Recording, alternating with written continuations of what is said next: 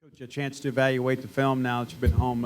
Anything stand out positive or negative? And if so, what is that? I don't think anything hugely negative. I think that the positive is we played hard. Our answer to problems lately is to play hard, which I think is a good thing.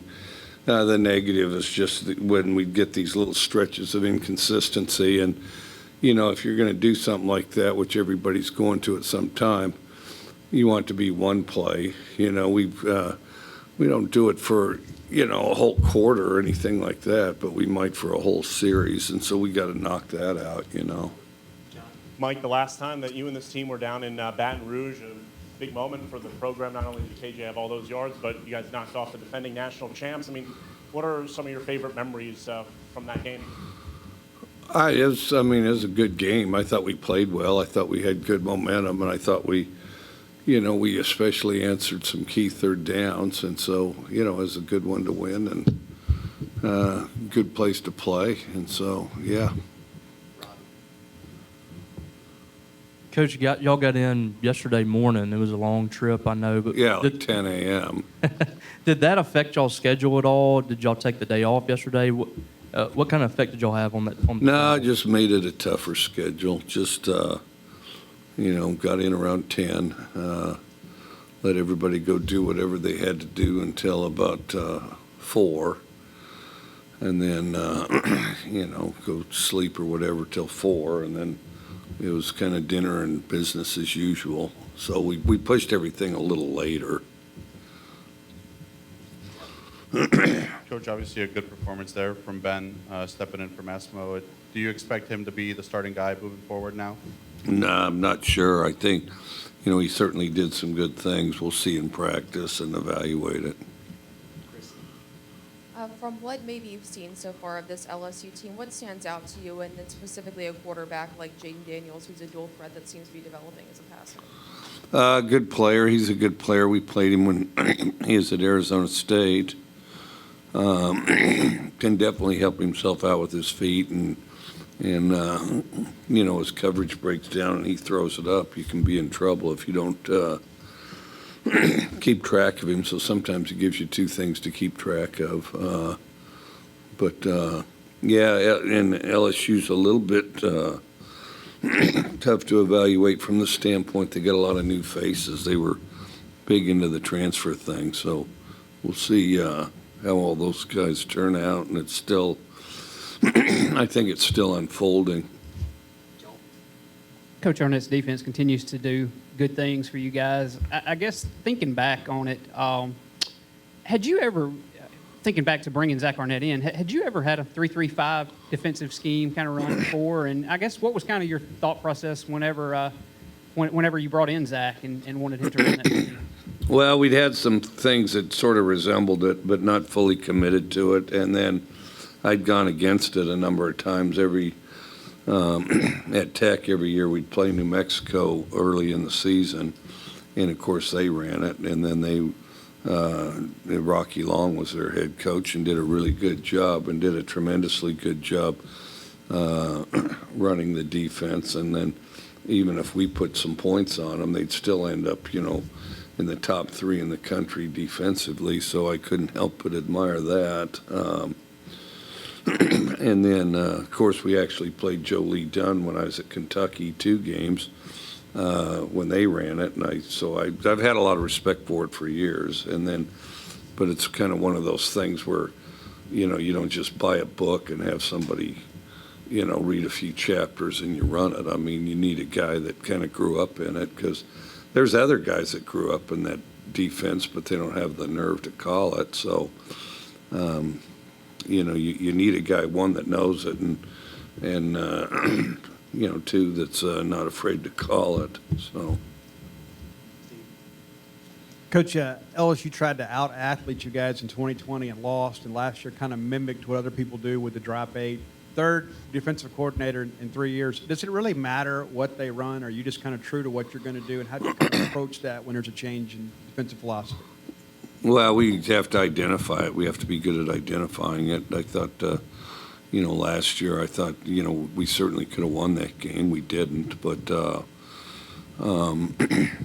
the biggest thing is react and respond to what they do. But, just keep executing what you do is the most important thing. So I think you want to identify it. You want to kind of pinpoint your package around what you think will be best. And then you, no matter what happens, execute. Whether you pick the perfect play or not, if you execute it, you still got a chance.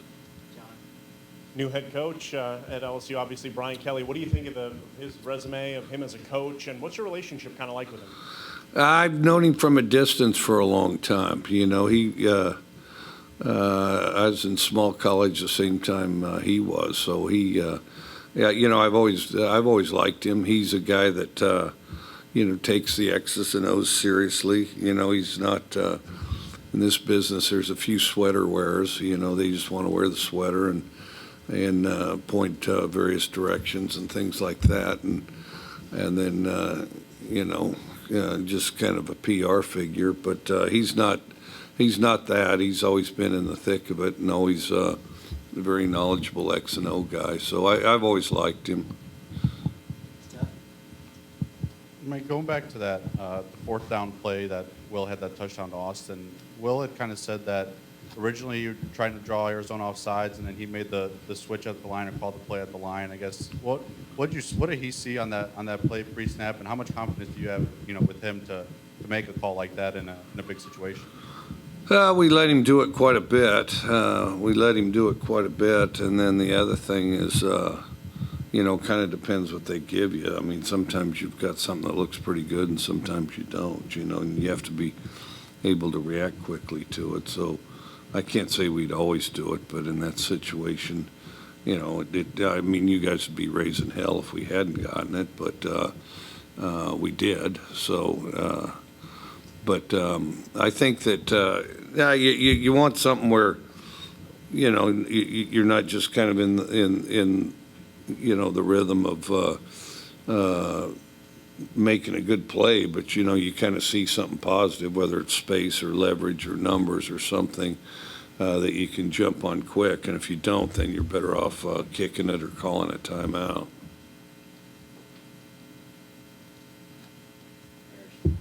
Mike, do you think a win at LSU is important for this team's confidence, or with you guys being somewhat older, do you like where this team's head is with that? Well, they're kind of similar teams. They're kind of older too. So, I guess we're kind of old on defense, and we're not very old on offense. We got some experience, but I think both teams are kind of similar that way. You just got to beat LSU because they're the next guys on the schedule, and they're all important, and you only get one of them a week, so give them all your full attention. Kind of following up on that, some people are saying this is a season or defining type game. I mean, how do you kind of combat some of that and just kind of keep guys locked in, doing their job, focusing on this week and not making too much of the game? You just line up each week and play one defining game after the next, and then after a while, after let's say 12 defining games, you figure out where you're at. You just do the best you can each game, and then try to focus on what we're trying to do in our building, and which is focus on kind of the specifics of improving. What's kind of the morale and confidence been like from this team since the end of the Arizona game to now? What's that all kind of been like locker room wise and just team wise? Well, I think they're excited to get to work tomorrow. I think today's a good day to have off, not just physically but academically, and then obviously I think they're probably still recovering a little from 10 a.m. yesterday, and then we had good work last night, so I think they're excited to prepare this week.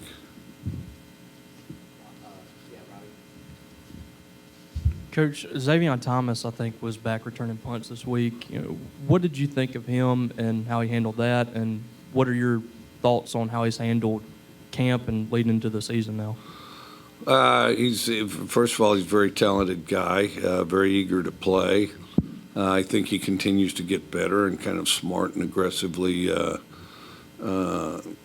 attacks the task of getting better.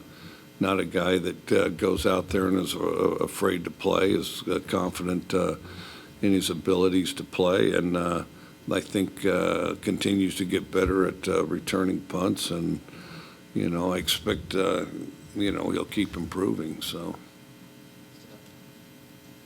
Mike, on the broadcast, you kind of looked a little puzzled at the time when it happened. Did you get any explanation on that unsportsmanlike penalty on the coaching staff? Yeah, I don't know what all I can talk about on that, but I get so picky on this. Well, let me just say that from a technical standpoint, and not in any way, shape, or form, referring to officiating on any level. But as a coach, if you need to do your complaining in the white there off the field, as opposed to on the field, it's the rules are more aggressive if you're on the field than if you're on the sideline. Should there have been like a sideline warning? Did you guys get a sideline warning though? No sideline warning.